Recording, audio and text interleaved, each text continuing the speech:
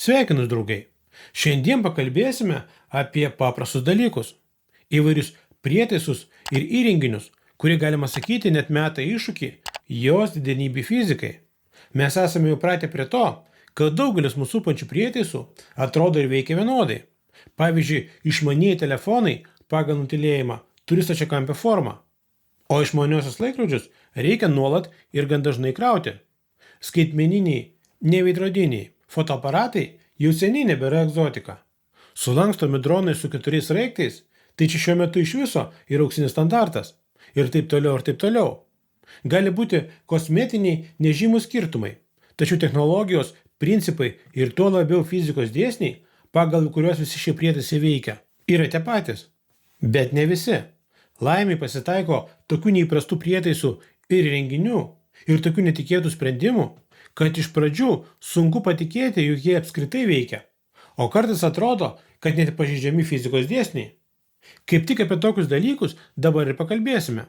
Išsiaiškinsime, kaip veikia amžiniai laikrodžiai be baterijų, kompiuteriai be elektros ir ginklai šaudantis į šoną.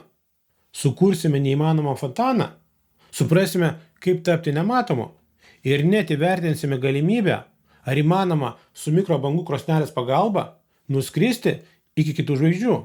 Suprasime, kaip aliuminio folijos gabalėlis sugeba pakilti, tarsi pažeisdamas gravitaciją. Ar galima į 50 atminties elementų įrašyti daugiau nei 1000 terabaitų? Kokiems televizoriams nereikia elektros energijos? Ar įmanoma sukurti atominį rankinį laikrodį, kurie šaldytuvai veikia kaitindami? Ar realu sustabdyti vandenį vandeniu? Ir tai dar ne viskas. Šioje laidoje taip pat pamatysite siurblį, kuriam veikti nereikia elektros energijos. Šviesolaidį pagaminta vien tik iš oro. Muzikos garsiakalbį pagaminta iš plazmos. Ir teleskopą pagaminta iš picos peilio. Suprasime, kaip veikia tikras skraidantis garvežys, kas yra fotoninis sietas, kaip lazeris gali vėsinti, o ne šildyti. Ir dar visko daugiau. Laida bus įdomi. Sužinosite daug naujo ir neįprasto. Todėl kviečiu žiūrėti.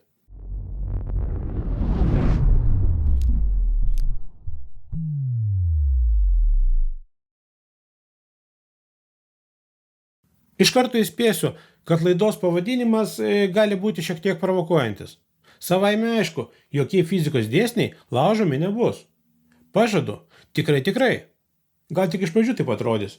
Tiesiog mūsų nagrinėjami renginiai veikia šiek tiek neįprastai.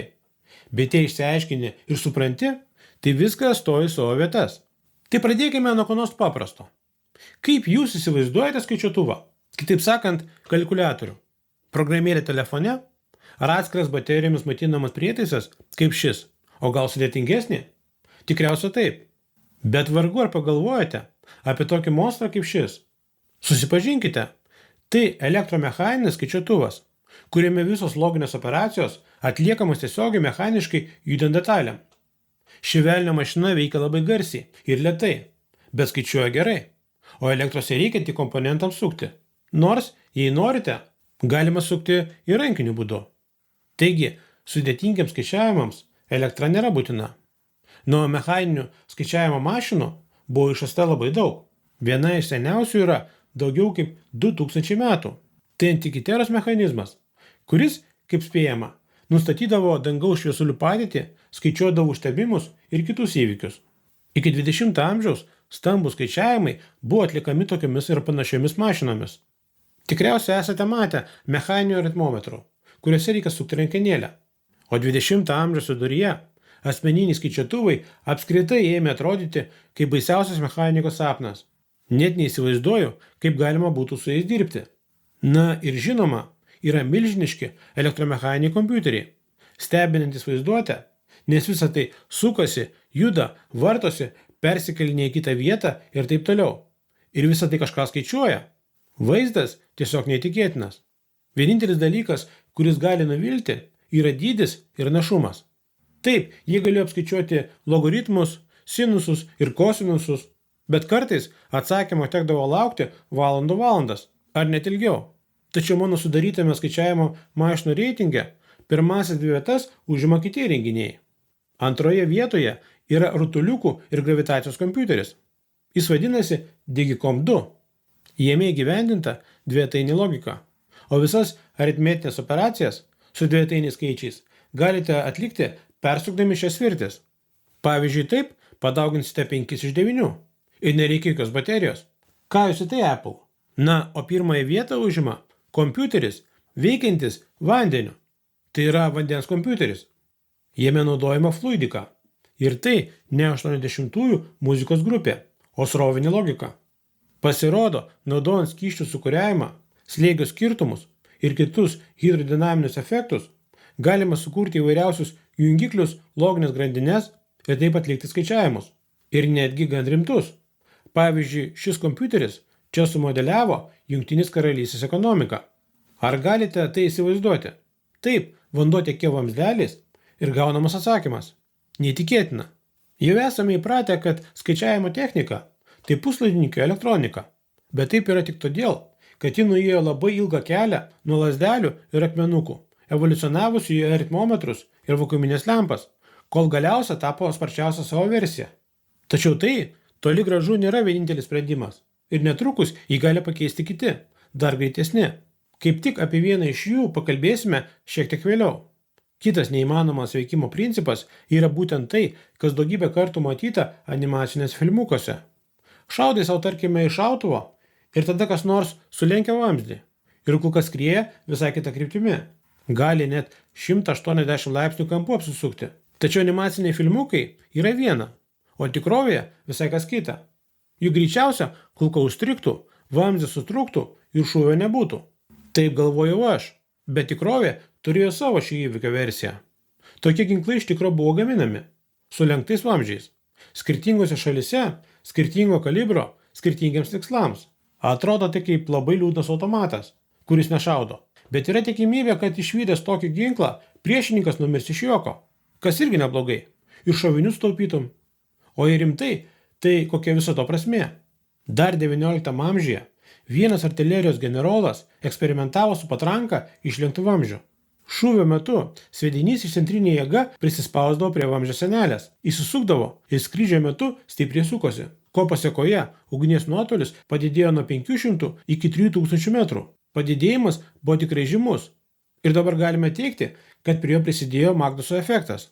Bet dažniausiai lenktus vamzdžius buvo bandoma naudoti saugiam šaudimui iš slėptuvių, tranšėjų ir už kampų. Na, kad taikantis nereikėtų išlysti iš slėptuvės lauk. 20 amžiuje tai buvo šautuvai, automatiniai ginklai ir iš principo viskas veikia. O 43 metais vokiečiai netgi papildė savo ginkluotę Krumerlavo lenktą vamzdžių ginklu, ypač aktualių tankų gynybai trumpose distancijose. Vietoj didžiulio kulkosvaidžio, kuris kišojo ant bokštelio kaip koks taikinys tire, buvo padarytos nedidelės angos lenktiems automatiniams ginklams, kurių pagalba buvo galima ugnimi padengti artimą erdvę šalia tanko, o viduje likti saugiam. Ir vis dėlto tokių ginklų trūkumų buvo gausu. Savaime aišku, kad šaudant atatranka veikia ne tik atgal, kaip pas paprastus ginklus, bet ir skersai vamzdžio. Todėl šaudyti įsirėmus ginklą buvo nerealu, reikėjo standžios fiksacijos. Be to, dažnai tai buvo tiesiog papildomi lenkti antgaliai maunami neįprasto tiesos vamzdžio, kurie patį ginklo vamzdį pailgindavo ir tuo, savaime aišku, padidindavo kulkos greitį. Dėl to, šaudant su tokiu antgaliu, kulkos dažnai deformuodavosi, vamzdžio vidus išdildavo, o antgalius tekdavo keisti jau po 250 šūvių. Efektyvumas ne kažką. Tada jau geriau lankas ir strėlės. Tačiau bet kokiu atveju ginklai su kreivais vamzdžiais yra įmanomi. Ir kas žino, gal tobulėjant medžiagoms išvysime naujų modelių, savyje neturinčių daugybės jų pirmtakų trūkumų. Na ką, kadangi truputį apšilome, tai toliau paimsime ką nors sudėtingesnio. Pabandykime sulaužyti šviesos lūžio dėsnį. Priminsiu, kad šviesos spindulys, pereidamas iš vienos terpės į kitą, paprastai keičia kryptį. Kreivumo laipsnis priklauso nuo lūžio rodiklio. Jis visada yra teigiamas ir pas kiekvieną medžiagą skirtingas. Pagal šį dėsnį, lūžęs šviesos spindulys visada kerta tik per šią užštrichuotą sritį ir niekaip kitaip. Tačiau taip yra tik normaliomis sąlygomis. Pasirodo, kad dirbtinai mes galime jį užlenkti netgi čia, vos net gal. Tokiam triukui reikia vadinamųjų metamedžiagų, kurios turi neigiamą lūžio koeficientą. Skirtingai nuo įprastų medžiagų, jų optinės savybės priklauso ne tik nuo medžiagos kristalinės gardelės ir molekulių, bet ir nuo didesnių struktūrų, į kurias šios molekulės yra sudėliotos. Palyginčiau tai su tuo, kad jei įprastinė medžiaga yra mėsos faršas, tai metamedžiaga yra mėsos kukuliai, pagaminti iš to pačio faršo. Taip, dėl tam tikros struktūrizacijos šviesos bangas materijoje galima nukreipti beveik bet kur. Todėl tikrai laikas perrašyti mokyklinės fizikos vadovėlius, ypač optikos skyrių. Įdomiausia, kur tokios metamedžiagos gali praversti. Jos gali būti naudojamos superlęšiams gaminti. Jie fokusuoja šviesą beveik taip pat kaip ir įprastiniai. Tačiau leidžia apeiti vadinamąją difrakcijos ribą, tai yra suteikia didesnės skiriamosios gebos vaizdą. Ir taip galima sukurti ne tik galingus optinius mikroskopus, bet ir padidinti litografijos skiriamąją gebą, gaminant mikroelektroniką. Elementai grandinėse bus mažesni, o tai reiškia didesnį našumą, didesnį informacijos įrašymo tankį. Todėl namų superkompiuteriai ir kelių eksabaitų talpos flash atmintinės nebeatrodo tokia jau fantazija. Metamedžiagos tiesiog prašosi būti panaudojamos visiškai kitokio tipo kompiuteriuose. Optinėse kompiuteriuose. Juose loginės operacijos atliekamos neperjungiant srovę puslaidininkiuose, o nukreipiant šviesos pluoštus. Metamedžiagos kaip tik ir gali tai daryti. Šviesos grandinės gali persijungti daug greičiau nei elektroninės grandys, o tai žada didelį našumo padidėjimą, jei visos kitos sąlygos yra vienodos. Vienintelis dalykas yra tai, kad matomos šviesos metamedžiagas nėra taip paprasta sukurti, nes struktūros medžiagoje turi būti mažesnės už bangos ilgį. O tai yra 10 tūkstantosios milimetro dalys. Kol kas vyksta tik tokių metamedžiagų kūrimas. Tačiau mikrobangų diapazone bangos ilgis yra kur kas ilgesnis – keli centimetrai. Todėl tokius triukus atlikti daug lengviau. O didelio našumo miniatiūrinės antenos iš metamedžiagų jau kūriamos, tame tarpe ir 5G technologijoms. Tikiuosi, kad suprantate, jog dabar sukurti funkcionalias nanoelektroninės mikroschemas dar nerealu, nes ten vis dar pakankamai yra visokių kitokių technologinių apribojimų. Na, o pats jau toks geidžiamiausias metamedžiagų pritaikymas yra nematomumo apsiaustas. Jame šviesos spinduliai lūžta, aplenkia objektą ir išeina taip, tarsi to objekto nebūtų ir jie keliautų tiesią liniją. Teoriškai tai įmanoma. Tačiau, pirma, toks apsiaustas negalės deformuotis. Jis bus labiau panašus į nematomą kokoną. Antra, už viską reikia mokėti. Jei jau jie tavęs nemato, tai ir tu nieko nematysi, nes į vidų nepatektų jokie šviesos spinduliai. Trečia, metamedžiagos gerai veikia tik viename dažnyje. Tačiau mes matome visą diapazoną ir kol kas visiškai neaišku, kaip jį pilnai papriepti. Ir ketvirta, kaip jau minėjau, matome šviesoje, šių struktūrų dydis turi būti labai mažas. Todėl tik žodžiais tai skamba labai gražiai. Bet praktiškai vis dar neaišku, kaip sukurti tokią maskuojančią nematomą metamedžiagą. Bet kokiu atveju, metamedžiagos yra labai šaunus ir daug žadantis dalykas. Jos verčia permąstyti daugelį mums žinomų optikos ir elektrodinamikos dėsnių. Todėl jų laukia didelė ateitis. Pamatysite, po 20-30 metų jie visi bus žinomi. Na, o mes ir toliau juos laužysime. Ir sekantis eilėje jau laukia. Tai susisiekiančių indų dėsnis. Manau, kad per istoriją daugam buvo kilusi panaši ar tokia pat mintis apie štai tokį fontaną. Skystis iš indo teka į vamzdelį, jis stumiamas aukštyn ir teka atgal į indą ir gaunamas judėjimas ratu. Amžinas variklis? Na, žinoma, kad tai neveiks, nes pagal susisiekiančių indų dėsnį vandens lygis vamzdelėje bus lygus vandens lygiui inde, o ne milimetrų aukštesnis ar milimetrų žemesnis. Kad ir kaip stengtumės, vanduo daugiau nepakils. Gerai, na, o kaip dėl šito? Įpilame šiek tiek vandens ir jis stebuklingai pakyla virš pagrindinio lygio ir fontanas veikia. Tai ne jokia neapgaulė, nėra jokių siurblių, jokių motoriukų, jame naudojama tik gravitacija ir du rezervuarai, esantis po pačiu fontanu. Kietai, ar ne? Tai vadinama Herono fontanu. Ir iš pradžių taip, atrodo, kad mes nulaužėme fizikos dėsnį. Tačiau paslaptis ta, kad susisiekiančių indų dėsnis veikia tik atvirose induose, kuriuose slėgis yra vienodas. Tačiau mūsų atveju apatiniai indai yra sandarūs, o gudrybė ta, kur koks slėgis perdodamas. Lengviausia paaiškinti veikimo principą sujungti indus ne viduje, kaip čia, o išorėje. Padarykime tai su lankščiomis žarnelėmis. Iš pradžių tuščią indą prijungiame prie piltuvėlio ir pastatome jį kuo žemiau. Atkreipkite dėmesį, Viduje esanti žarnelė turi siekti beveik dugną. Tuomet inde yra didžiausias slėgis, kurį sukuria visas skysčio stulpas. Nuo jo nuvedame žarnelę ir prijungiame dar vieną, jau iš pradžių pripildytą indą, kurį pastatome aukščiau. Padidėjęs slėgis iš žemiausio indo čia perdodamas oro. Prie šio indo prijungus žarnelę, taip pat iš apačios, dėl didelio slėgio vanduo bus išstumiamas į išorę ir susidarys toks fontanas.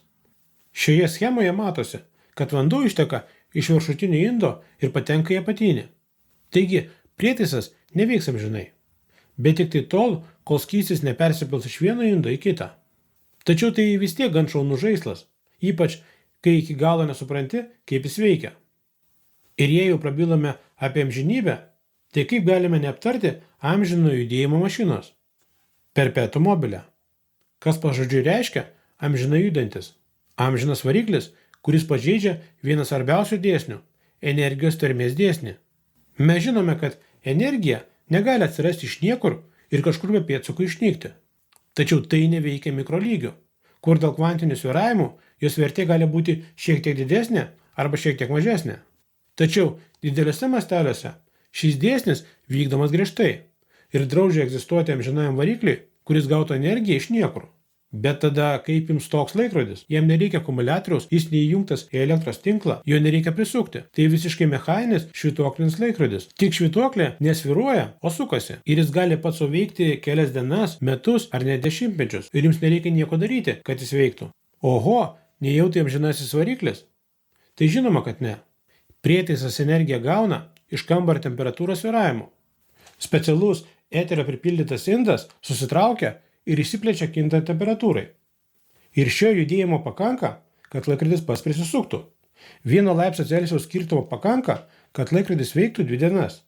Taigi, jei gyvenate ne bunkeryje su pastovia temperatūra, o paprastame bute, laikrodis eis, labai ilgai. O vakuume savaime aišku, jis labai greitai sustos. Bet kas išsiurbinėja orą iš kambario. Beje, toks pat amžinas atrodo ir žaislas amžinai geriantis paukštis. Jei sudrėkinti jo snapą, jis ima siūbuoti, pasvyra į vandenį ir kol nepašalinsite puodelio su vandeniu, tai gali tęstis, beveik be galo. Paslaptis vėlgi yra temperatūrų skirtumas. Todėl, kad iš paukščio snapo ir galvos garuojantis vanduo jį atvėsina. Žaislo vidus yra hermetiškas. Todėl viršutinės dalies dujos susitraukia, skystis įtraukiamas į viršų, galva išsibalansuoja ir paukštis pasilenkia iki vandens pilno padelio. Horizontalioje padėtyje slėgiai išsilygina. Skystis vėl subėga atgal, paukštis išsitiesina ir viskas kartojasi vėl iš naujo. Atrodo, kad jis galėtų veikti neribotą laiką. Tačiau tai taip pat nėra amžinasis variklis. Taip yra todėl, kad į sistemą įeina ne tik pats žaislas, bet ir indas su vandeniu bei atmosfera. Kai tik visas vanduo išgaruoja, judėjimas sustoja. Tai vyksta ir Žemėje. Gamtoje egzistuoja hidrologinis vandens ciklas, grąžinantis išgaravusį vandenį atgal į skystą pavidalą. Tačiau jis taip pat vyksta ne savaime, o veikiamas Saulės energijos. Ir jei toks paukštis atsidurtų kur nors tolimoje planetoje be atmosferos, kai visas skystis išgaruotų, tai kaip ir viskas. Pabaiga. Ir be ne vienas iš sensacingiausių mūsų atrinktų renginių yra neįmanomas M-Drive variklis. Jau daugiau kaip 20 metų mokslininkai ir inžinieriai bandė išsiaiškinti, kaip jis apskritai veikia. Net NASA išbandė. Tačiau tik šiais paskutiniais metais buvo gautas vienareikšmis atsakymas, kad iš esmės jis veikia niekaip. Bet vis tiek išsiaiškinkime, kodėl šis variklis sukėlė tiek daug susidomėjimo ir triukšmo.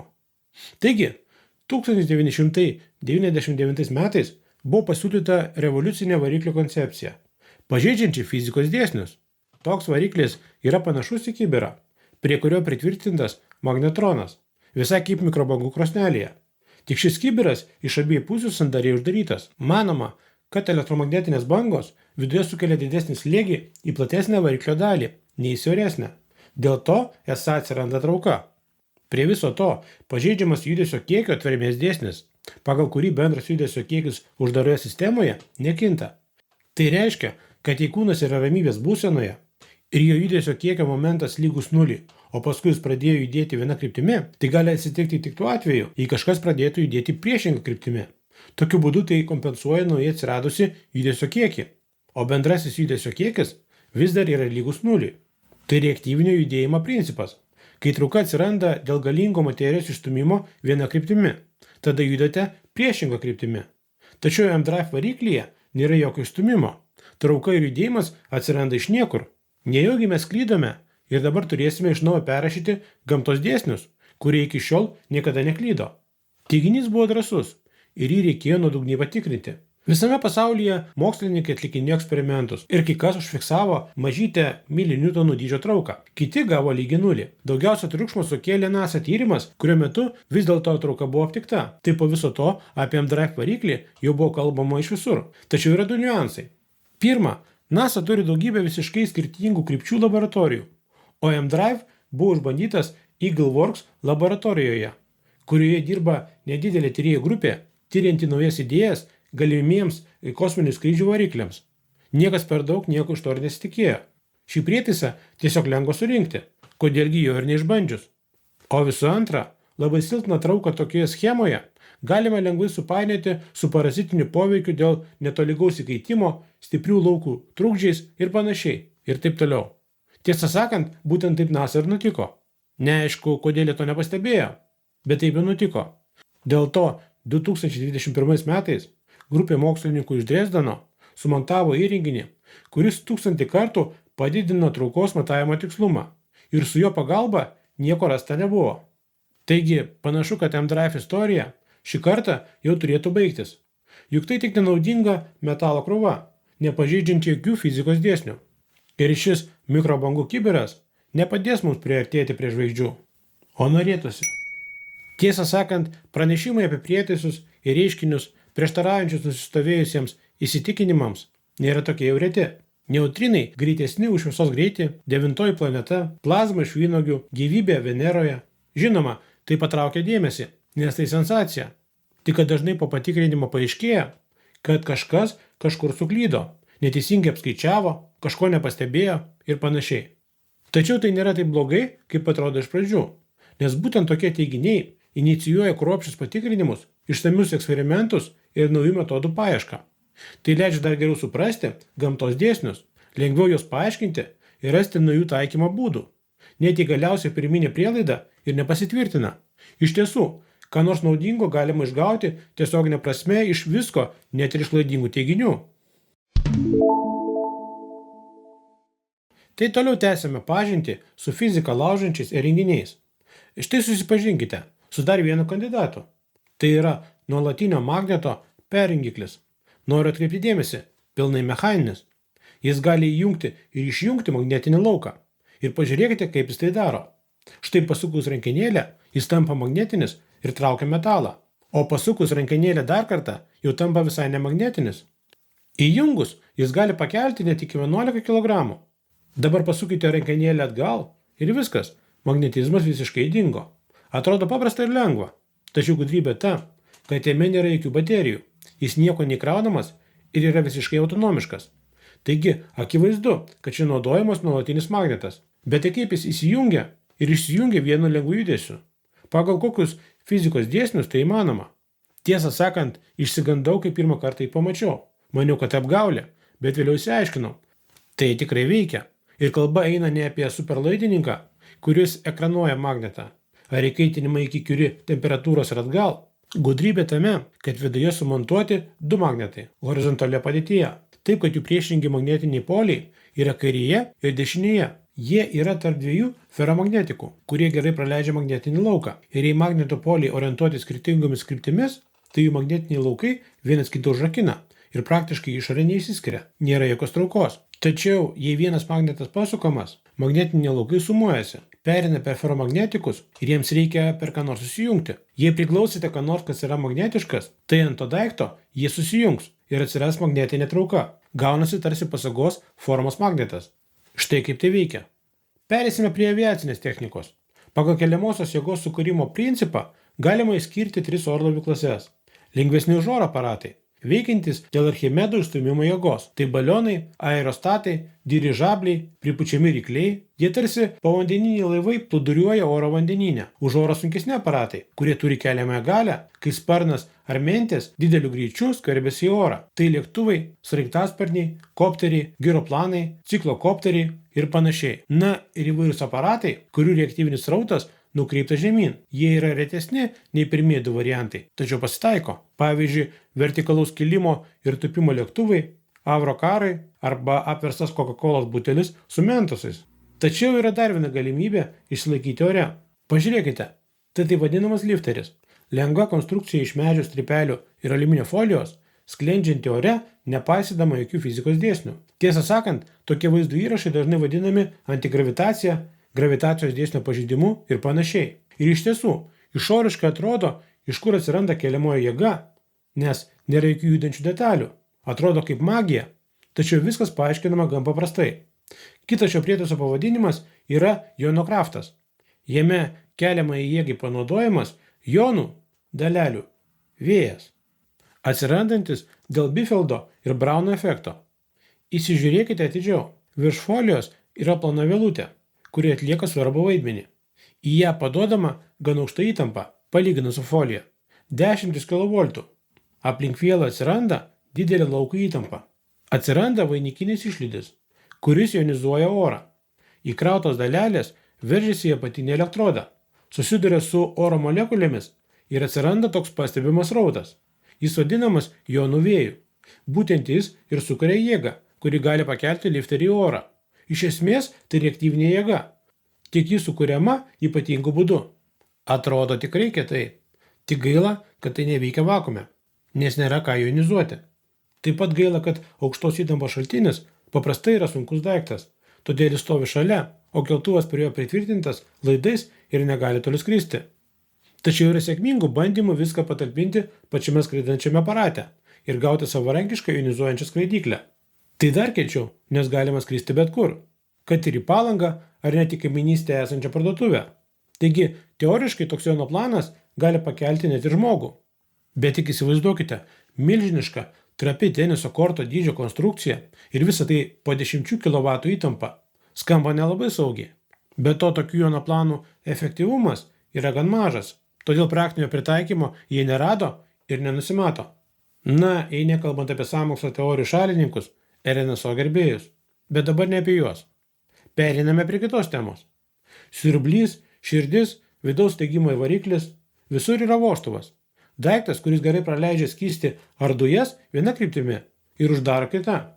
Bet kuriame vožtuve iš esmės yra judantis elementas, kuris veikiant srautui kažkaip pasisuka, pasikreipia, pasislenka ir atidaro arba uždaro kanalą.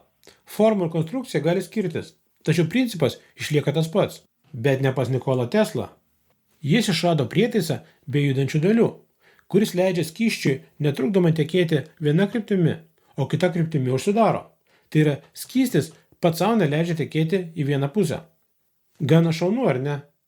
Tai taip ir vadinama – Teslos vožtuvas. Jis remiasi tuo, kad viena kryptimi srautas teka be išsišakojimų, išlikdamas laminarinis, o kita kryptimi suskyla kelis išsišakojimus, kurie nukreipti priešpriešai vienas prieš kitą. Srautas tampa turbulentinis, prarandama daug skysčio kinetinės energijos, srovės greitis labai sumažėja ir atsiranda didelis pasipriešinimas stumiančiam srautui. Sprendimas yra labai elegantiškas. Vanduo pats save užrakina. Tačiau praktikoje tai nėra taip paprasta.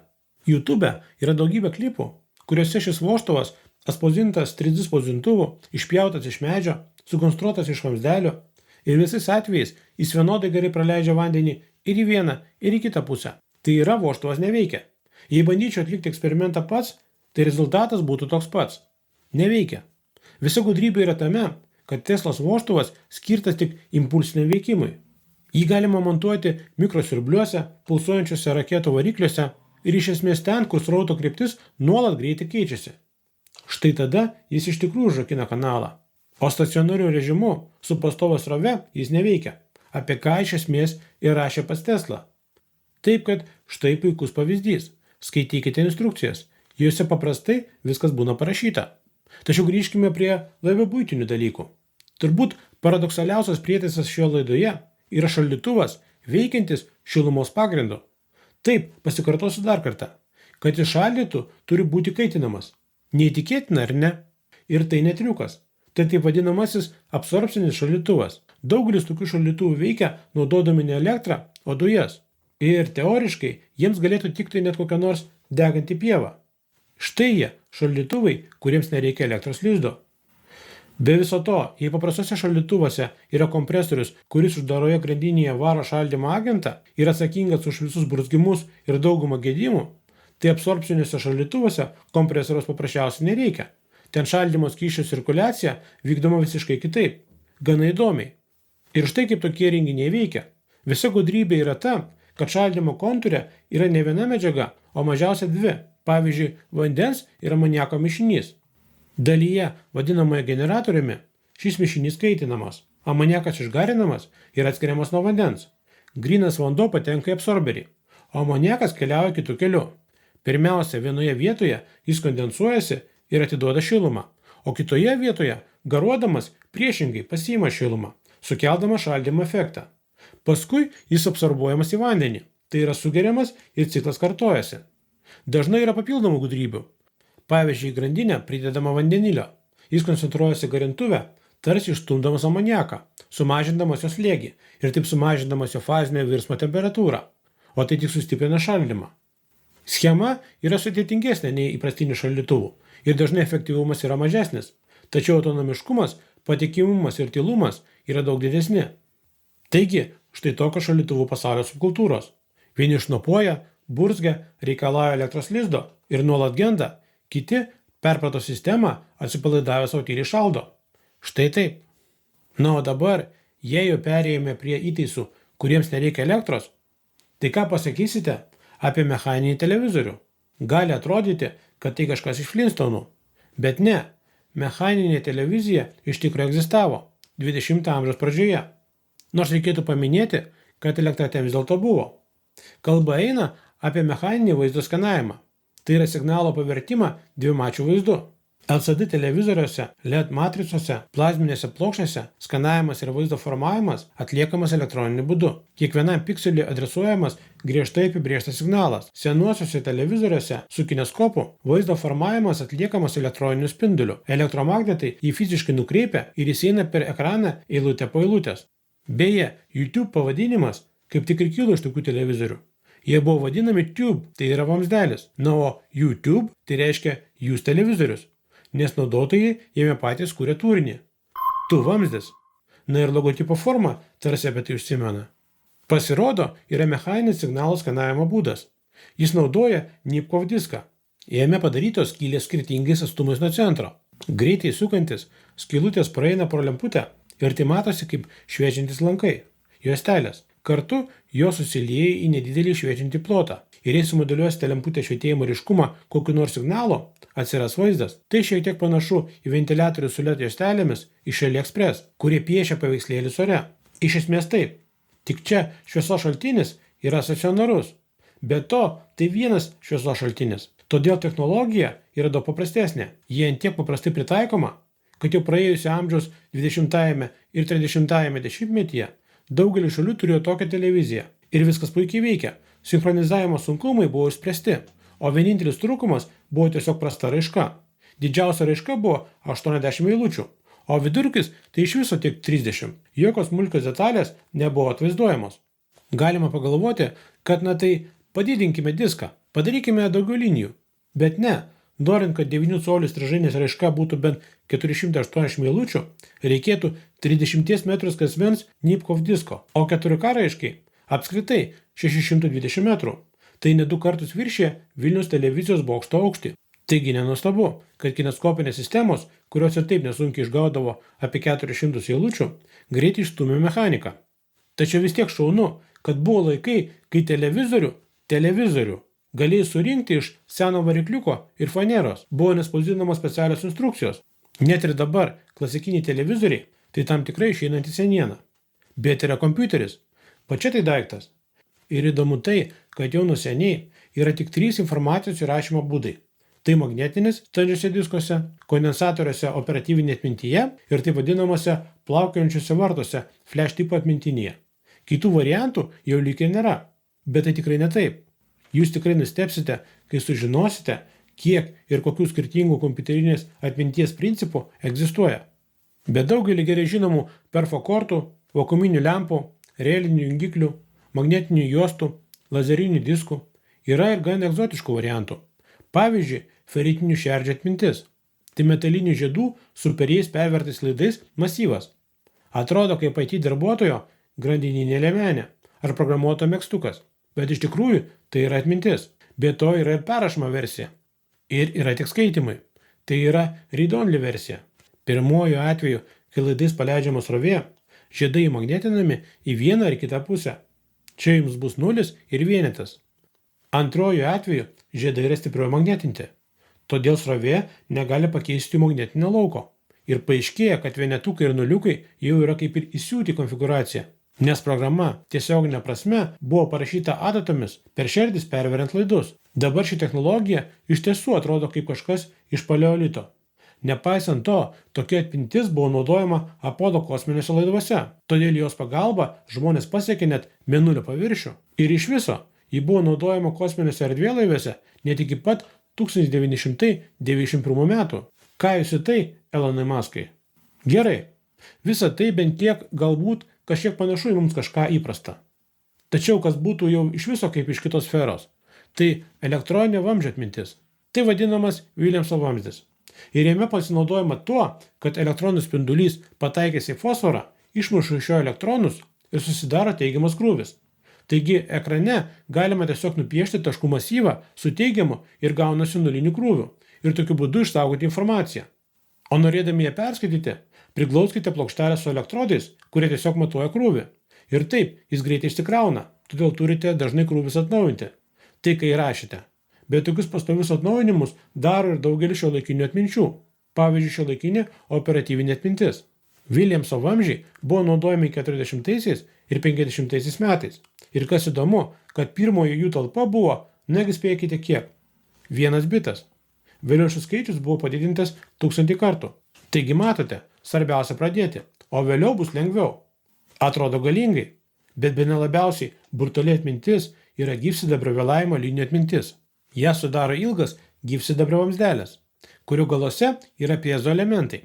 Vienas veikia kaip garsiakalbis, kitas kaip mikrofonas. Pirmasis gyvsidabrė sukuria garso bangą, kuri tam tikrą laiką keliauja juo ir taip saugoma atmintyje. Tada ją nuskaito antrasis piezo elementas ir, jei reikiamą informaciją saugoma toliau, ji vėl perdodama į pirmąjį ir viskas vyksta cikliškai. Šaunu yra tai, kad garso bangoje galima užkoduoti ir skaitmeninę, ir analoginę informaciją. Tačiau tokia atmintis yra labai sudėtinga. Ji turi būti nuolat atnaujinama, neįmanoma atsitiktinė prieiga prie bet kurios įsimintos vietos ir taip toliau. Reikia laukti reikiamo bito, kol jis atsiras. Gyvsidabriui griežtai palaikoma 40 laipsnių temperatūra, kitaip pasikeis garso greitis ir visi nustatymai nuplauks. Energijos eikvoja kaip lokomotyvas, turi būti labai tiksliai sinchronizuota, tačiau jau buvo pigesnė ir patikimesnė už vakuuminės lempas, greitesnė už reles ir ilgaamžiškesnė už Williamso vamzdelius. Todėl buvo naudojama net iki 60-ųjų pabaigos. Šios technologijos jaunesnysis brolis yra magnetostriktorinės vėlinimo linijos. Viskas tas pats, tik vietoj gyvsidabrio metalinė viela, dėl kompaktiškumo susukta į spiralę, iš ilgai kurios buvo siunčiama pasukimo banga. Tokia atmintis buvo naudojama net iki 2000-ųjų pradžios. Pavyzdžiui, analoginiuose, spalvotose televizoriuose spalvų skirtumo signalas įsiminti. Įdomu tai, kad panašių principų veikia ir bėginė atmintis. Race Track Memory, kuri, manoma, ateityje pakeis beveik visas šiuo metu naudojamas atmintis. Joje magnetiniai domenai juda nanoskopiniuose per malojaus vamzdžiuose dėl specialios sūkio srovės. Tokia atmintis žada būti 2-3 kartus greitesnė už šiuolaikinę operatyviąją atmintį ir kompaktiškesnė už flash atmintį. Atvirai kalbant, tai apskritai yra nesibaigianti tema apie perspektyvius atminties tipus. Yra pavyzdžiui holografinė optinė atmintis, kurioje informacija nėra vienas bitų sluoksnis paviršiuje, bet jį įrašome laikmenos tūryje. O holografinės atminties gudrybė yra ta, kad ją galima skaityti ir rašyti maždaug milijoną kartų greičiau, nes lazerio spindulys nuskaito ne po vieną informacijos bitą, o visą pluoštą iš karto. Yra taip vadinamoji 5D atmintis. Joje nenaudojami kokie nors 2 papildomi matmenys. Tačiau jos elementai turi 5 laisvės laipsnius, be 3 koordinačių dar yra skaidrumo ir poliarizacijos laipsnis. Yra milipedė atmintis, kurioje informacijai nuskaityti naudojamas atominis jėgos mikroskopas. Ir dar daug kitokių. Tačiau kvantinė atmintis fizikos dėsnius pasiunčia toliausiai. Tiksliau, klasikinės fizikos dėsnius.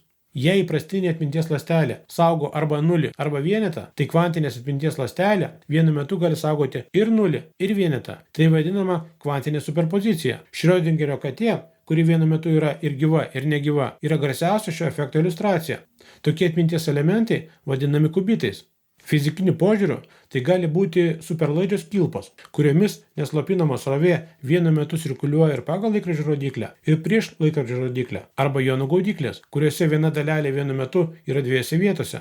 Svarbiausia yra tai, kad jei yra 2 kubitai, į juos galima rašyti 4 būsenų mišinį. Jei yra 3 kubitai, tada 8 būsenos ir taip toliau į viršų. Į 50 kubitų galima įrašyti daugiau kaip milijoną milijardų būsenų.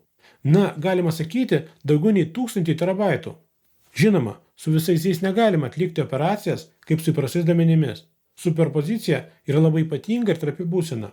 Todėl jei jau užsimanėte vienu metu įdėti kvantinę atmintį ir į pirmą, ir į antrą kompiuterio lizdus, ne, tai neveiks. Bet to kvantiniai skaičiavimai yra gan specifinis dalykas ir jie turi prasmę tik labai specializuotose užduotyse. Nepaisant to, jie veikia ir manoma, kad ateityje bus naudojami gan dažnai. Dabar, kai jau pasiekime kvantinį lygį, galime aptarti atominius laikrodžius. Kaip jūs juos įsivaizduojate? Kažką gremėzdiško, su daugybė vamzdelių ir laidų, itin sudėtingo, brangaus, neįtikėtinai tikslaus, žinoma. Na ir be viso kito, kažką radioaktyvaus, tiesa. Tai visai nebūtinai taip turi būti. Na, išskyrus supertikslumą. Radiacijos ten visai nėra, nes veikia jie ne dėl branduolinio skilimo, o dėl procesų vykstančių su elektronais orbitalyje. Jie neišskiria jokios pavojingos spinduliuotės. Atominis laikrodis veikia taip. Paimama norima medžiaga, paprastai rubidis, cezis ar vandenilis. Jis išgarinamas ir per gautas dujas praleidžia tam tikro dažnio mikrobangų spinduliuotę. Jie sugeria elektronai ir jie pereina į aukštesnį energijos lygį. Šie lygiai parenkami taip, kad absorbcija vyktų lygiai tokiu pat dažniu, kaip ir apskaičiuotas dažnis. Šiek tiek į kairę, šiek tiek į dešinę ir viskas, efekto nebėra. Jautrūs jutikliai stebi mikrobangų sugertį, o grįžtamo ryšio sistema reguliuoja spinduliuotės dažnį, taip, kad jis visada būtų lygus nustatytam dažniui. Būtent šis dažnis imamas kaip atskaitos taškas, tarsi etaloninė švytuoklė, ir jos pagalba labai tiksliai skaičiuojamos sekundės, minutės ir panašiai. Visą tai galima sutalpinti į nedidelį korpusą, kuris puikiai tinka, pavyzdžiui, navigacijos palydovams, tokiems kaip GPS. Tačiau yra ir itin kompaktiškų modelių, mažesnių už degtukų dėžutę.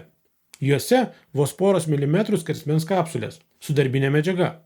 Vietoj mikrobangų juose naudojamas infraraudonųjų spindulių lazeris, moduliuotas mikrobangomis. O norėdami išmatuoti sugertį, užuot atskyrę sužadintus atomus magnetiniu lauku, spindulių formavimą ir taip toliau, kas yra gan gremėzdiška, jie tiesiog žiūri į šviesą. Dėl šios priežasties miniatiūrinio atominių laikrodžių tikslumas, žinoma, mažesnis nei didesnių, bet vis tiek gan padorus. Jei tiksliausi kvarciniai laikrodžiai per 2-3 mėnesius duoda 1 sekundės paklaidą, tai miniatiūriniai atominiai laikrodžiai ją sukaupia per 600 metų. To pakanka kelioms kartoms. Didelio laboratorinio atominio laikrodžio paklaida yra 1 sekundė per milijoną ar net milijardą metų. Bet čia nebent jau kokiam Thanosui praverstų. Mums, paprastiems mirtingiesiams, tai užtenka ir paprasčiau. Savaime aišku, dėžutė tai yra skaitiklis. Norint skaičiuoti įprastas sekundės, minutės, valandas, reikia papildomos elektronikos. Bet tai nėra sudėtinga. O svarbiausia, kad jau yra tokių projektų. Buvo parduodami tikri atominiai rankiniai laikrodžiai. Beje, jie nebuvo itin populiarūs. Galbūt todėl, kad šiais laikais visi turi galimybę naudotis tiksliu laiku. Bet kuris telefonas jį ima iš bazinių stočių, o šios iš navigacijos palydovų, kuriuose įrengti tie patys atominiai laikrodžiai. Taigi galima sakyti, kad visi turime atominį laikrodį savo kišenėse. O svarbiausia, kad jis yra nemokamas. Kaip matote, neįprasti prietaisai mūsų aplinkui nors vežimu vežk. Ir juos smagu nagrinėti dėl 2 priežasčių. Visų pirma, tai leidžia suprasti, kad galbūt buvo galima pagaminti kaip nors kitaip. Ir kartais tai net labai pasiteisina. O visų antra, Tai leidžia suvokti, kad tos įprastos masinės technologijos, kurios labiausiai paplitusios, neatsirado iš niekur, o yra labai sudėtingos ir ilgos evoliucijos grandis. Ir jei laikote rankose, nežinau, kokį nors nuotolinio valdymo pultelį, suvokite, koks sudėtingas ir pilnas kliučių buvo žmogaus minties kelias, kad renginys taptų toks paprastas ir patogus. Taigi, rekomenduoju į viską pažvelgti giliau. Ir tada vertė to, su kuo susidurite kasdienybėje, padidės daugybę kartų. Kaip manote, ką galima pagaminti iš lašo gyvsidabrio, kiaulių žarnų, poros lentų ir vielos? Kažkoks tai beprotiškas rinkinys. Bet pasirodo, būtent iš to buvo pagamintas pirmojo pasaulio telefono mikrofonas. Jį 1861 metais išrado vokiečių fizikas Filipas Reisas. Prietaisas buvo nedidelė dėžutė su ruporais, kurio viršutinėme krašte buvo membrana, pagaminta tik iš žarnų. Prie jos buvo pritvirtintas metalinis kontaktas su gyvsidabrio lašeliu ant galo, kuris susiliesdavo su kitu kontaktu. Visa tai buvo prijungta prie akumuliatoriaus, todėl gaudavosi uždara srovės grandinė. Veikimo būdas buvo paprastas. Garso virpesiai privertė virpėti diafragmą ir gyvsidabrio lašelį. Dėl to keitėsi grandinės varža. Todėl srovė svyravo kartu su garso bangomis. Elektrinis signalas laidais buvo perduodamas į imtuvą, tai yra garsiakalbį, kuris jau atkartodavo garsą dideliu atstumu. Kaip matote, ne tik šiuolaikiniuose telefonuose, bet net ir kai kuriuose reto telefonuose tai atrodo visai kitaip. Tiesa, garsas buvo bjaurus, konstrukcija nepatikima, tačiau tai iš viso buvo pats pirmasis telefonas istorijoje. Pats didžiausias visų laikų išradimas. Ne taip kaip dabar. Mes pridėjome naują mygtuką į USB-C jungtį. Nuobodu. Iš tiesų šiuolaikiniai renginiai vis rečiau mus džiugina kokiais nors revoliuciniais pokyčiais. Ir kiekvienais metais skirtingų gamintojų jie atrodo iš esmės vienodai. Išmanieji telefonai, stačiakampiai su fotoaparatais, garsiakalbiai, apvalūs vibruojantis daiktai, automobiliai, 4 ratai su varikliu, fotoaparatai, kameros, korpusas ir objektyvas ir taip toliau ir taip toliau. Akivaizdu, kad fizikiniai principai visur vienodi. Tačiau, kaip jau minėjome šioje laidoje, vis dėlto yra įtaisų, kurie organizuoti labai skirtingai. Ir dažnai jie atrodo ir veikia taip neįprastai, kad iš pradžių net gali atrodyti, jog pažeidžia fizikos dėsnius. Taigi, toliau eikime prie tariamo susisiekiančių indų dėsnio pažeidimo.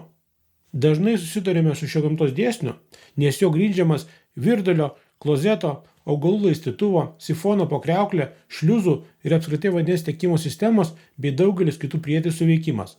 Pagal dėsnį skysčio lygis susisiekiančiuose induose visada yra vienodas. Manau, kad tai yra superintuityvus dalykas, kurio nereikia aiškinti.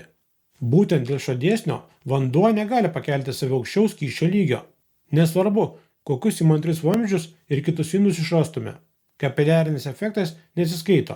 Ten, kai vanduo kyla plonais vamzdeliais. Jis įvyksta todėl, kad vamzdelio molekulės pritraukia vandens molekulės.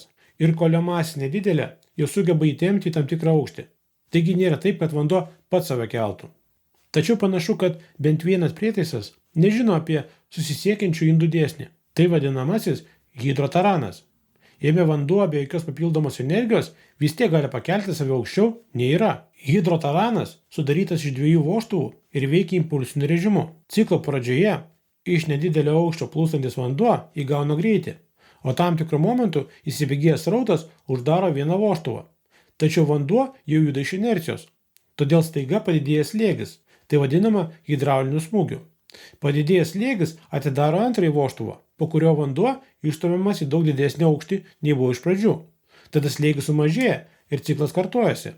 Siekiant didesnio efektyvumo, dažnai įrengiamas buferinis rezervuaras, kad būtų sušvelninti slėgio svyravimai ir būtų sukaupta vandens papildomai. Kodėl čia pažeidžiamas susisiekiančių indų dėsnis? Ogi todėl, kad jis taikomas tik hidrostatikoje, kai skystis nustojo judėti ir yra ramybės būsenoje. O kol jis nestovi vietoje, kaip hidrotarane, šis dėsnis netaikomas. Energija tokiam siurbliui paleisti gaunama iš vandens kinetinės energijos. Tačiau neapsigaukite, amžinojo variklio, kuris pumpuoja vandenį iš viršaus į apačią, ratu vis tiek nepadarysite. Tik didžioji dalis skysčių išsilieja apačioje, o pakyla vidutiniškai tik 20%. Taip, efektyvumas nėra labai geras. Tačiau jis veikia be elektros, be mamos ir be tėčio. Veikia pats savaime. Beje, hidrotaranas nėra vienintelis renginys, kuriame vanduo kyla pats. Yra bangų siurbliai, kuriuose veikiant bangoms užpildomos įmantros formos ertmės ir taip vėl ir vėl vanduo kyla. Arba taip vadinamieji banyp siurbliai, kurios sudaro periodiškai vandeniu pripildomą kamerą ir cilindrą su stūmokliu bei vožtuvais. Jis veikia puikiai, todėl reikia, šiek tiek pažeisti hidrostatikos dėsnius. Variantų yra, susitarsime. Judame toliau. Kitas mums visiems įprastas prietaisas – garsiakalbiai. Mažytės ausinės, Bluetooth garsiakalbiai, milžiniškos garso sistemos, net didžiausi pasaulyje garsiakalbiai, beveik visi jie yra vienodi apvalūs daiktai, veikiantys tuo pačiu principu. Garsiakalbiai turi nuolatinį magnetą, šalia kurio arba aplink jį yra laidurytė. Jei ją paleidžiate srovę, ji tampa elektromagnetu ir traukiama arba stumiama nuo nuolatinio magneto. O jei pateiksite garsą atitinkantį kintamąjį signalą, ritė, nuolat keisdama poliškumą, bus traukiama arba stumiama. Žodžius svyruos. Šis judesys perduodamas difuzoriui, kuris pradeda stumti orą ir sukuria garso bangą. Viskas paprasta. Schema tokia pažįstama, kad atrodo, jog kitokių tipų garsiakalbių tiesiog nėra. Bet tai savaime aišku, kad ne taip. Visų pirma, pats principas gali būti įgyvendintas kitaip. Pavyzdžiui, Filipo Reiso telefono rytyje kintamoji srovė dėl magnetostrikcijos reiškinio privertė vibruoti metalinį garsiakalbį. Taip atsitinka, kai nuolat permagnetizuojama magnetinė medžiaga šiek tiek deformuojasi dėl magnetinių domenų persiorientavimo. Ortodinaminiuose garsiakalbiuose plokščiarytė svyruoja tarp dviejų magnetų su skylutėmis. Tai dažnai naudojama ausinėse. Halo garsiakalbiuose srovė teka laidais esančiais ant banguotos membranos. Todėl tarpai tarp membranų sienelių susispaudžia ir įsitempia ir generuoja garso bangas. O radiostraglė ir garsiakalbyje rytės virpesiai perduodami elastingiems žiedlapiams, kurie sukuria beveik sferinę visakryptę garso bangą. Ir sutikite, atrodo gražiai. O visų antra, yra daugybė visiškai skirtingų būdų, kaip elektrinį signalą paversti garsu. Be ryčių, be magnetų visiškai kitokiu būdu. Pavyzdžiui, elektrostatiniai garsiakalbiai. Juose naudojama banali krūvių trauka yra stumimas, teigiamų ir neigiamų krūvių. Prie plonos membranos prijungiama aukšta įtampa, kuri ją įkrauna, pavyzdžiui, teigiamai. Membrana yra tarp tinklelių, į kuriuos perduodamas sustiprintas signalas. Šio proceso metu tinkleliai įkraunami vienu ar kitų krūvio ženklų, o membrana juos atstumdama arba pritraukdama sukuria garso bangas. Schema labai kaprizinga ir trapi. Pritraukia dulkes, vabzdžius, jei reikia įtampą didinančio transformatoriaus, gali trinktelti elektra. Ir tai nėra tas malonumas, kurio tikitės iš garsiakalbių. Tačiau dėl to, kad membrana yra labai lengva, tokios kolonėlės pasižymi labai mažu iškraipimo lygiu. Dėl to jas labai mėgsta kokybiško garso mėgėjai. Nors, jei nebijote aukštos įtampos, yra ir kai kas kietesnio. Jonofonas. Tai garsiakalbis, kuriame naudojama plazma. Nejuokauju. Jame įtampa pakeliama iki kelių 10 000 voltų, kad elektrodo gale atsirastų vainikinis išlydis. Tai ionizuotas oras, grina plazma. Ji šnypščia ir įkaitina aplink esantį orą, todėl jis plečiasi. Jei jonofonui teikiama įtampa kinta pagal garso signalą, kaitinimas bus netolygus, pulsuojantis. Oras plėsis tai stipriau, tai silpniau. Štai jums ir tenka svyravimas. O tai yra ne kas kita, o garsas. Štai taip, atrodo tai žinoma efektingai. Šis principas buvo sukurtas dar XIX amžiaus pabaigoje, o masiškai jonofonai pradėti gaminti nuo XX amžiaus 60-mečio ir gaminami iki šiol. Juos taip pat dievina aukštosios raiškos hi-fi entuziastai, nes jonofonuose iš esmės nėra mechaninių iškraipimų, nes virpesių generatoriaus masė yra tiesiog nereikšminga. Tai išlydžių masė ore. Tačiau yra pakankamai daug trūkumų. Tai vienaip ar kitaip aukštos įtampos renginys. Tai yra padidėjęs oro ozonavimas. Radio dažnių trukdžiai, trumpas elektrodų tarnavimo laikas. Be to, lengvutė plazma daug oro neišjudina. Ir kuo žemesnis garso dažnis, tuo didesnė turėtų būti iškrova. Subas, taip vadinama žemų dažnių garsiakalbis, trankantis jūs milžiniškais elektros išlydžiais. Nežinau, dėl kažkokių tai neaiškių priežasčių žmonėms tai visai nepatinka. Taigi, jonofonai naudojami tik kaip aukšto dažnio garsiakalbiai. O žemų dažnių mėgėjams yra šis tas kito. Besisukantis žemų dažnių garsiakalbis. Atrodo kaip įprastas ventiliatorius.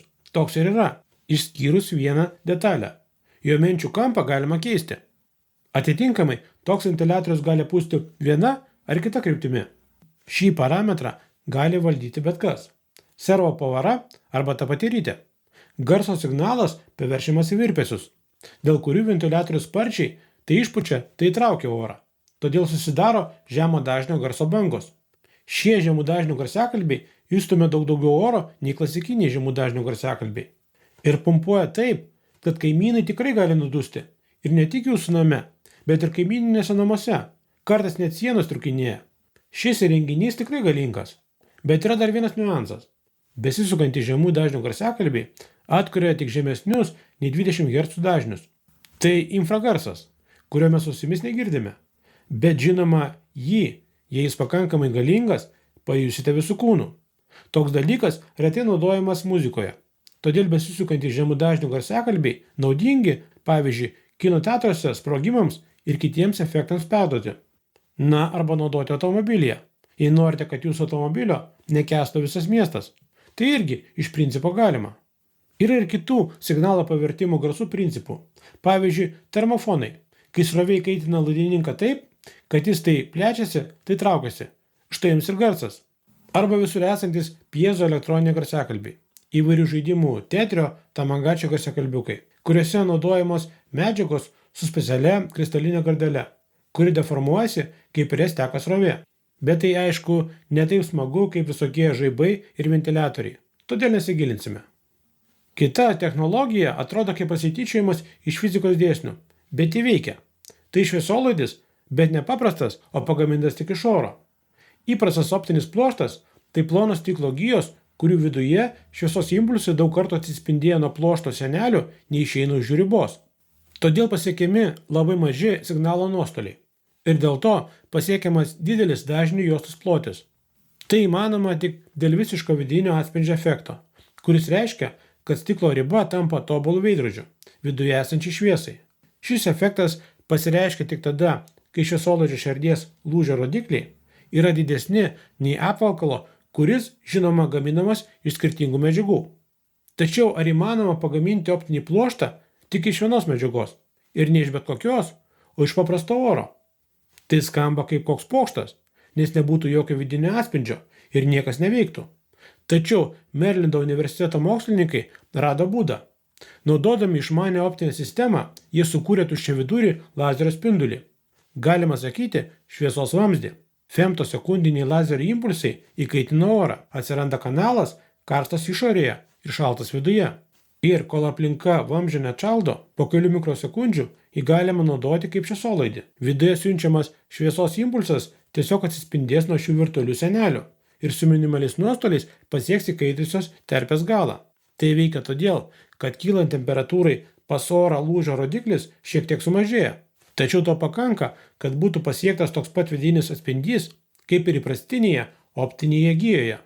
Kol kas mokslininkams pavyko sukurti tik 50 metrų ilgio oro giją. Tačiau šią technologiją galima lengvai padidinti iki kilometrų ar net didesnio atstumo. Todėl namuose užblokuoti kaimynų internetą su delno pagalba gali visai ir pavykti. Ir nors tokio oro vamzdžio negalėsite išlenkti, taip kaip norite, šis dirbinys gali būti naudingas didelės spartos optiniams ryšiams, taip pat taršos aptikimui ir bekontaktiniam cheminių medžiagų nustatymui. Net nežinau, kas galėtų būti dar kiečiau šitą dalyką. Na, tikriausia, technologijos įgalinančios uždirbti pinigus iš oro. Bet tai turbūt ne fizikams skirtas klausimas. O vat štai, su kokia technologija atrodytų seniai visiems viskas aišku, tai garo variklis. Tikriausiai įsivaizduojate jį kaip kažką didelio, sunkaus, lėto, bildančio, su garo kamuoliais, murzino anglis metančių kurikų ir dūmus iš kamino. Toks metalinis šimtmečio senumo garvežys, siaubingai pasenęs ir beprotiškai neefektyvus. Iš esmės taip ir yra. Tačiau pasirodo, taip nebūtinai turi būti. Ir garo variklis gali būti visai kitoks. Pažiūrėkite, tai Double Model E automobilis, masiškai gamintas 20 amžiaus pradžioje. Įšyla vos per 23 sekundės. Didžiausias greitis 160 km/h. Įsibėgėjimas iki 120 per 10 sekundžių. Tais laikais tai buvo įspūdingi skaičiai. Ir taip, šis automobilis varomas garais. Nors čia viskas kaip pas garvežį, yra katilas su vandeniu, jis kaista, vanduo užverda, garai veikiami spaudimo patenka į stūmoklius, stumia juos ir suka ratus. Tiesiog Doblio automobiliuose buvo įdiegti pažangiausi garo variklių pramonės sprendimai. dujų turbinos katilas, garo kondensatorius, elektrinis starteris, o jei atsižvelgtume į tai, kad nėra sankabos, pavarų dėžės, pavarų vereno, viskas realiai tilpo į tokį kompaktišką korpusą. E modelis galėjo nuvažiuoti 2400 km su vienu vandens baku. 2400. Aišku, žinoma, reikėjo ir skystų degalų. Bet tai galėjo būti bet kas. Benzinas, žibalas, spiritas. Svarbu, kad tik degtų. Ir degė viskas esant mažam slėgiui. Taigi, Doblio automobiliai buvo praktiškai begarsiai. Įspūdingi automobiliai, ar ne? Savo laiku jie buvo rimti konkurentai triukšmingiams, nepatikimiems vidaus degimo variklių automobiliams ir tais laikais netoli nuvažiuojantiems elektromobiliams. Vis dėlto gariniai automobiliai pasirodė esą neekonomiški, sunkiai eksploatuojami. Todėl 40 metais jų era baigėsi. Nepaisant to, jau dabar aišku, kad garo varikliai kai kuriais atžvilgiais gali būti geresni už kitus. Netgi tiek, kad būtų tinkami aviacijai. Tai įrodo, kad ir šio lėktuvo skrydis. Tai serijinis biplanas Travel Air 2000, tačiau su nestandartinė jėgainė. Taip, jis turėjo garo variklį, tai yra buvo garas skraidis. Pirmasis skrydis įvyko 1933 metais, balandžio 12 dieną. Ir, kaip pastebėjo liudininkai, keisčiausias bruožas buvo santykinė tyla. Žiūrovai ant žemės galėjo girdėti, ką pilotas kalbėjo ore. Ar galite tai įsivaizduoti? Deja, toliau didinant galią, reikėjo ir labai padidinti svorį, o aviacijoje tik kritinis dalykas. Taigi garo varikliai ten nelabai prigijo. Tačiau ten, kur masė ir dydis nėra tokie svarbus, tai laivų statyba. Ten garo varikliai jau seniai įsitvirtino, o laivams tai kaip ir net nepasenusi technologija. Jūs net neįsivaizduojate ant kiek. Pažiūrėkite, tai super tanklaivis Knoknevis. Jis beveik 0,5 kilometro ilgio. Jis galėjo gabenti daugiau kaip 500 000 tonų krovinių. Buvo toks didelis, kad net netilpo nei į Panamos, nei į Sueco kanalus. Iš esmės, tai didžiausias istorijoje savaeigis laivas. Ir taip, tai garlaivis. Rimtai, jį varė 50 000 arklio galių garo turbinos. Garą gamino 2 Mitsubishi agregatai. Naudoja aišku ne anglis, o mazutą, bet vis tiek. Dar svarbiau yra tai, kad jis plaukė net iki 2009 metų. Tai prieš tik 16 metų. Kas galėjo pagalvoti, kad štai jau yra YouTube, yra Facebookas, o kažkur vandenyne vis dar plaukia garlaivis. Ir gana pelningai. Taigi, steampunk fanai, džiugaukite. Tuoj dabar dar tik visokie ekoaktyvistai, ekoteroristai truputį visus paspaus ir tuoj visi mes plaukiosime tik garlaiviais. Aišku, galbūt kokio nors bulių spirito kuro, bet čia jau kita istorija. Judame toliau. Kitas efektas įžūliai pažeidžia, jau pačius esminius, bazinius fizikos dėsnius. Esame pripratę prie minties, kad šviesa paprastai daiktus įkaitina, ypač lazeris.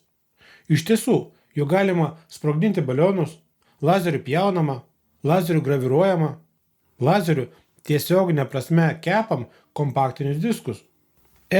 Turbūt visi, kuriems daugiau nei 25 metai, jaučia nostalgiją, tiesa.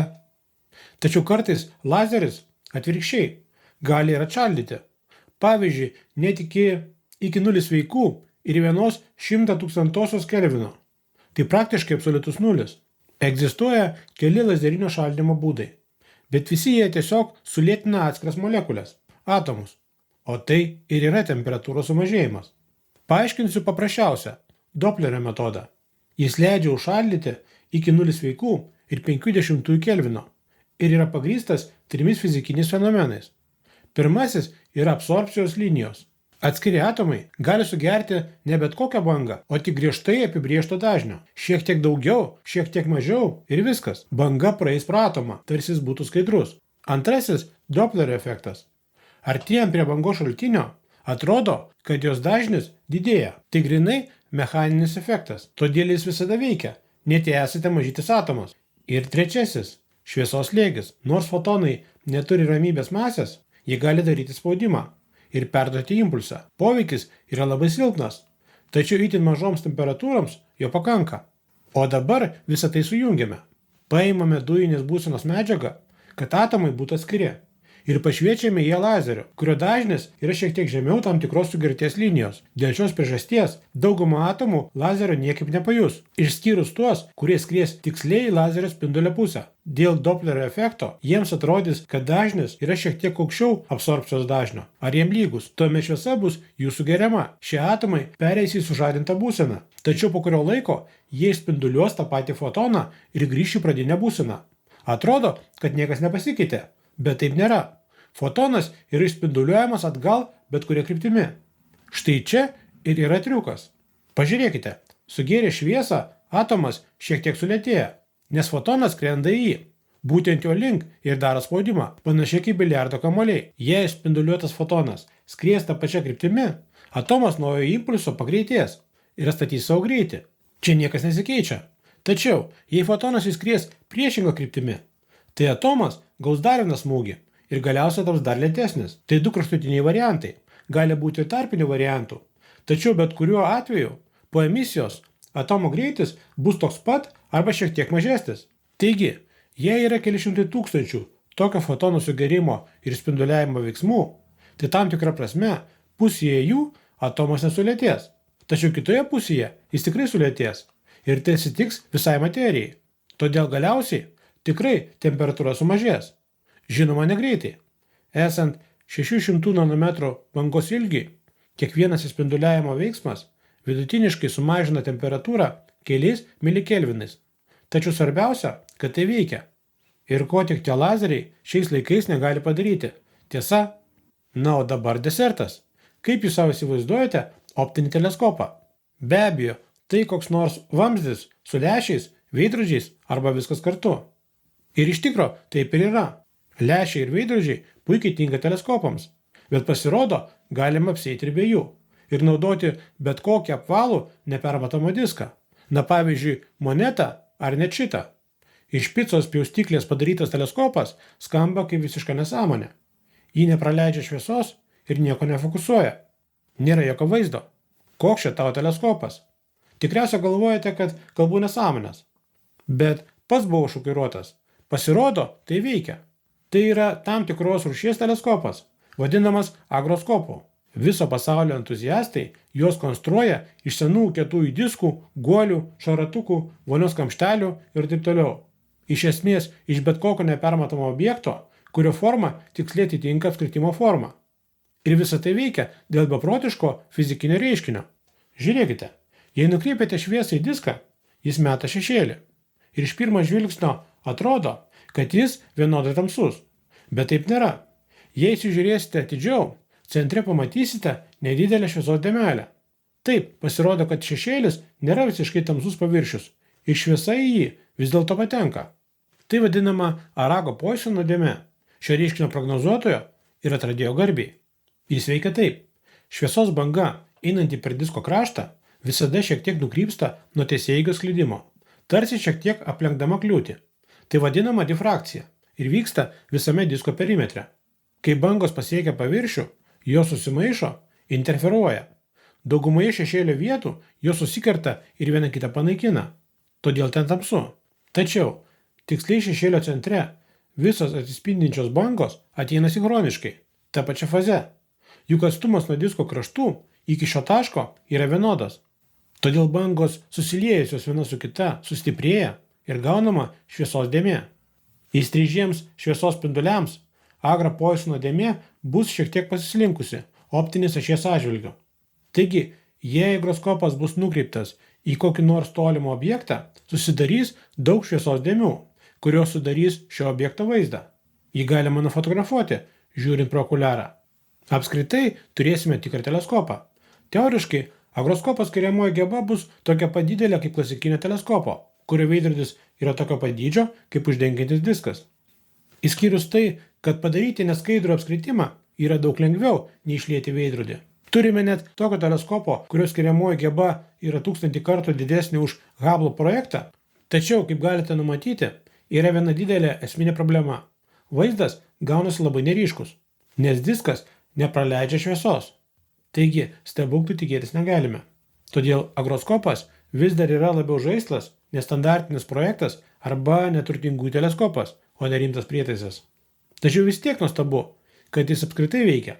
Tuo labiau, kad yra būdas atsikratyti pagrindinio trūkumo – padaryti vaizdą ryškesnį. Norint tai padaryti, į šešėlio centrą turi patekti spinduliai, ateinantys ne tik prie disko krašto, bet ir toli nuo jo, o juos gana lengva priversti išsilenkti. Pakanka aplink diską išdėstyti daug žiedų. Šviesa ant jų difrakcionuosis ir keis kryptį. Bet tam, kad skirtingų žiedų bangos susidurtų toje pačioje fazėje, juostų plotis turi būti griežtai apskaičiuotas. Kuo toliau nuo krašto, tuo jos bus plonesnės. Gauta struktūra vadinama Fernelio zonos plokštele.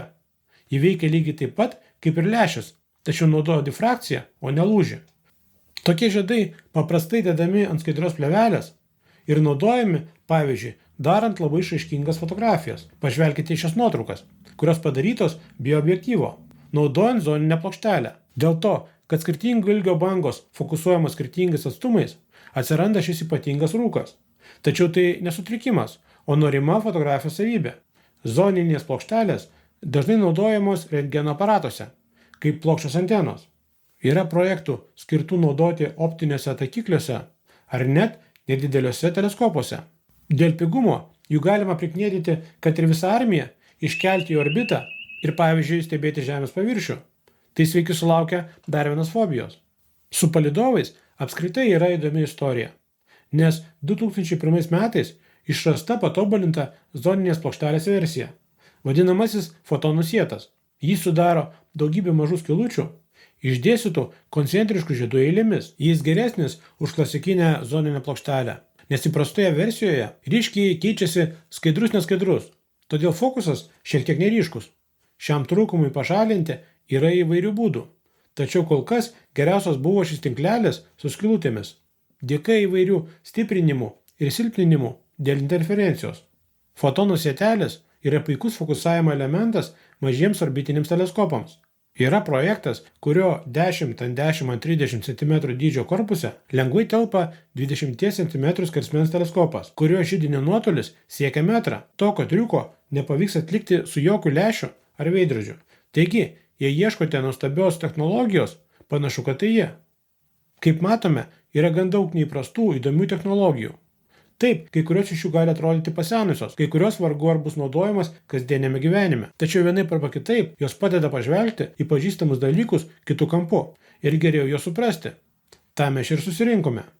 Tikiuosi, kad laida jums patiko ir sužinojote ką nors naujo. Kviečiu spausti nykštį į viršų ir parašyti komentarą. Būtinai užsiprenumeruokite mano kanalą, nes prenumeratorių kiekis man labai svarbus. Taip pat, jei galite ir norite, kviečiu tapti kanalo rėmėju. Prisidėti prie kanalo išlaikymo, na ir man malonu. Nuorodą į paramos platformą surasite pačioje aprašyme. Ačiū, kas remiate. O šiandien viskas. Iki pasimatymo kitoje laidoje.